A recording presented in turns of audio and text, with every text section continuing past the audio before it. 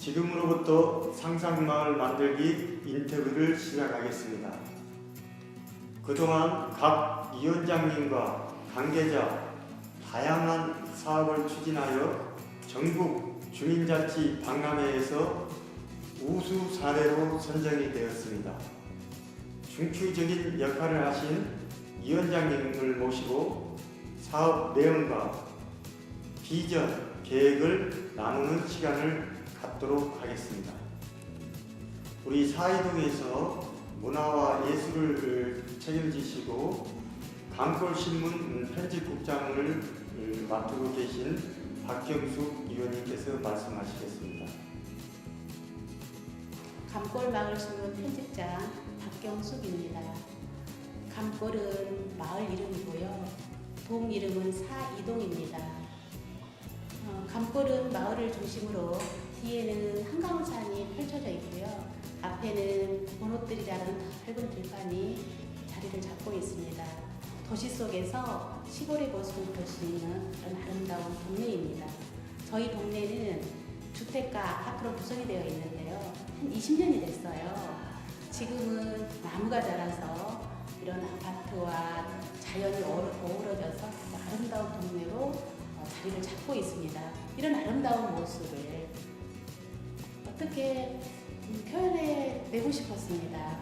그래서 누구나, 우리 주민들이 누구나 쉽게 접할 수 있는 목판이라는 재료를 가지고 한번 수업을 해보자라는 이야기가 있었어요. 그래서 목판화 수업을 하게 됐습니다. 목판에 우리 사이동의 풍경과 우리 사이동 주민들의 모습, 생활상, 그리고 여러 가지 정물들, 이런 행사 장면, 이런 것들을 새겨서 물감을 얹어서 찍어냈습니다. 이게 바로 목판화인데요. 이런 목판화 수업을 2달 반 동안 진행을 했습니다. 아주 성황리에 진행이 됐었고요. 이 목판화는 저희 주민자치센터에 전시를 했었고, 또 반응이 좋아서 경기도 의회에서 전시를 했습니다. 지금은 안산시 의회에서 전시 중에 있어요. 그리고 지난 10월 18일 날 감골 축제가 있었습니다. 그 축제를 위해서 마을의 깃발로도 저희들이 활용하고 있습니다.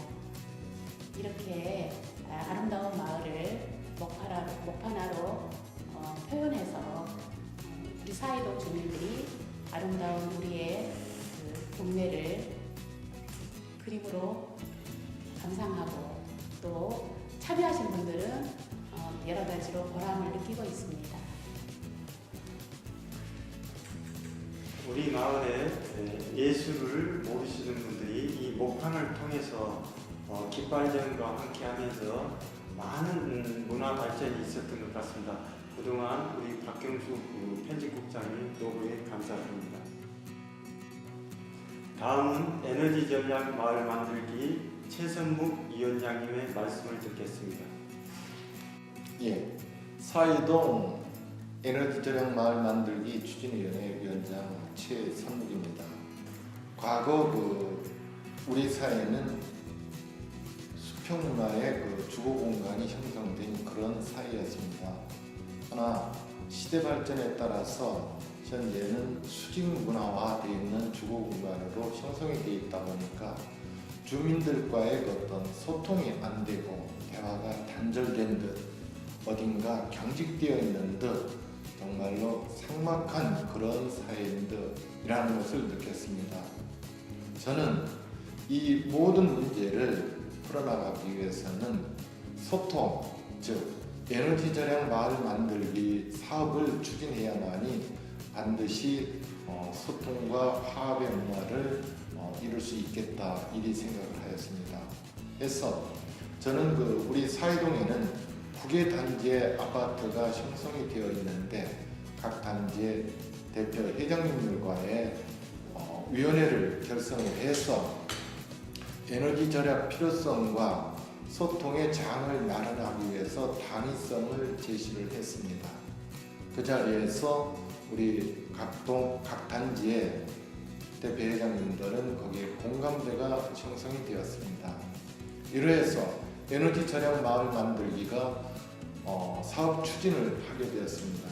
그 과정 속에서는 주민들의 참여와 절약 방법 이런 부분에 대해서는 안산 녹색소비자연대에서 주로 많이 교육을 실시해 주셨고, 그 과정 속에는 찾아가는 마을학교 청소년 교육을 연인원 600여 명에 대한 청소년 교육을 실시하였고요.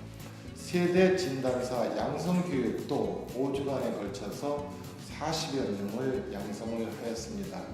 또한 전국에서는 유일하리만큼 월 1회 소동 행사를 실시하고 있습니다. 참여율은 처음 시작하였을 때는 50% 정도에 불과하였으나 그 이후 한 달 지나는 과정 속에서 약 4,500세대 중에 현재는 86%를 유지하고 있습니다.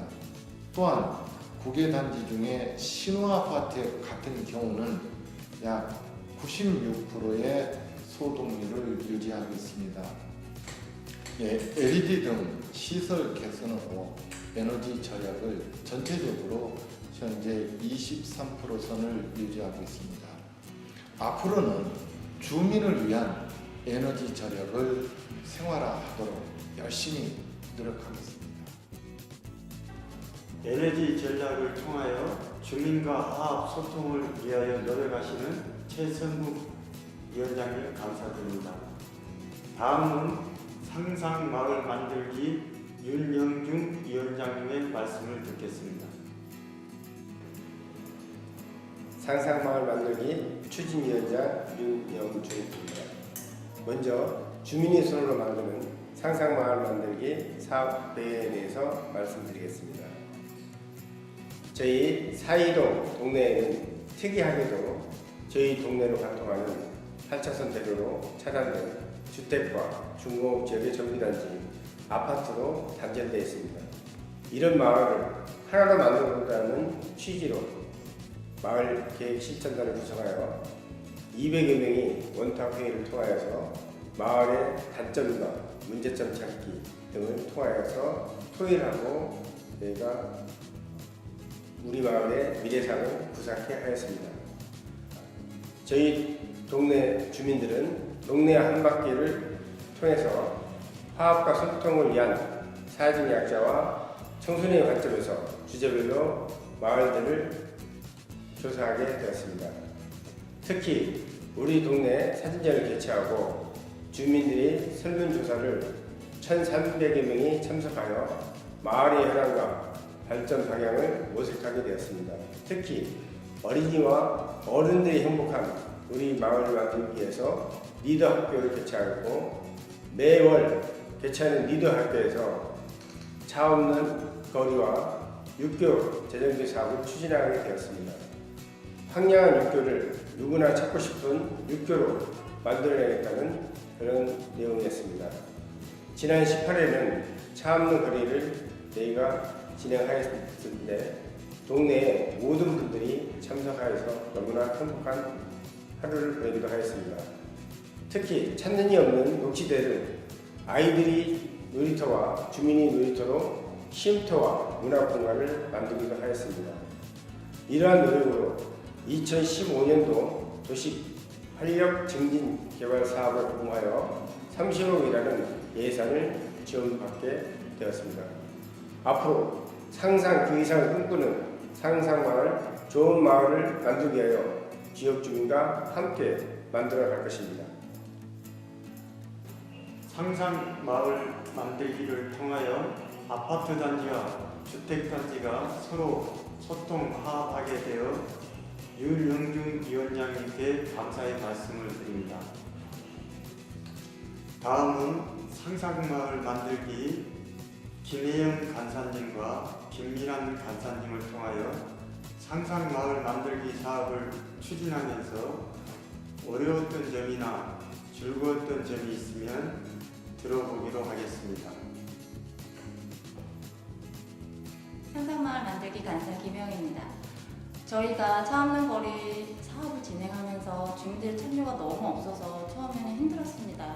2주 전부터 안내문과 공고문이 나갔음에도 불구하고 내가 사는 집 앞에 차를 막으면 주차를 어디다 하느냐, 또 나는 주말에 사업장에서 일을 해야 되는데 차를 막으면 일을 할 수 없게 하면 어떻게 하냐는 등과, 또 행사를 위하여 이동 주차를 해달라고 전화를 드렸을 때 난 지방에 가 있으니까 차를 옮겨줄 수 없다고 했을 때 정말 막막하고 이 행사를 잘 있을까 그런 걱정이 많이 앞섰는데, 이 행사를 두 번째 하게 되었을 때는 주민들께서 직접 나오셔서 전화해 주시고 또 차도 빼주시고 청소도 도와주시고 그런 모습을 보면서 이 행사가, 차 없는 거리 행사가 우리들만의 잔치가 아니라 주민 모두의 잔치가 되고, 내년에 이 사업을 또 하게 되면은 나 혼자 힘들어하지 않고 마을 주민 모두가 함께 할 수 있는 그런 행사가 되겠다는 생각에 행복하고 정말 보람을 많이 느꼈습니다.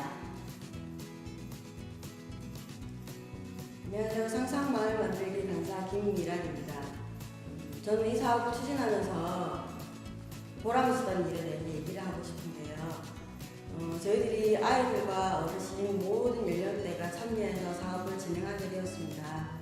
그런데 벽화를 만들었는데 아이들이 와서, 어르신들이 나와서 자기 작품, 손으로 직접 만든 자기 작품에 대해서 관심을 가지고 직접 찾아봤을 때 보람을 많이 느꼈고, 주민들 역시 처음에 행사를 진행하는 동안 전기가 많이 필요했는데 그 전기에 대해서 처음에는 꺼려 하시던 분들이 한 번 하고 두 번째 했을 때는 전기를 끌어다 써도 괜찮다고 말씀하셨고, 심지어는 옆에서 화장실을 개발해 주신 분들도 계셨고, 그리고 물을 마음대로 써도 된다고 하셨던 분들도 계셨습니다. 그런 분들을 보면서 마을이 참 많이 변해가고 있구나, 우리들만의 잔치가 아닌 마을 모두의 잔치가 되어가고 있구나, 다음에는 또 어떤 도움을 받고 어떤 사람들과 함께 할 수 있을지 기대가 되었습니다. 차 없는 거리로 인하여 아파트 단지와 중공업 단지, 주택 단지가 서로 소통할 수 있는 그런 축제로 만들어 주실 여러분들께 감사드립니다.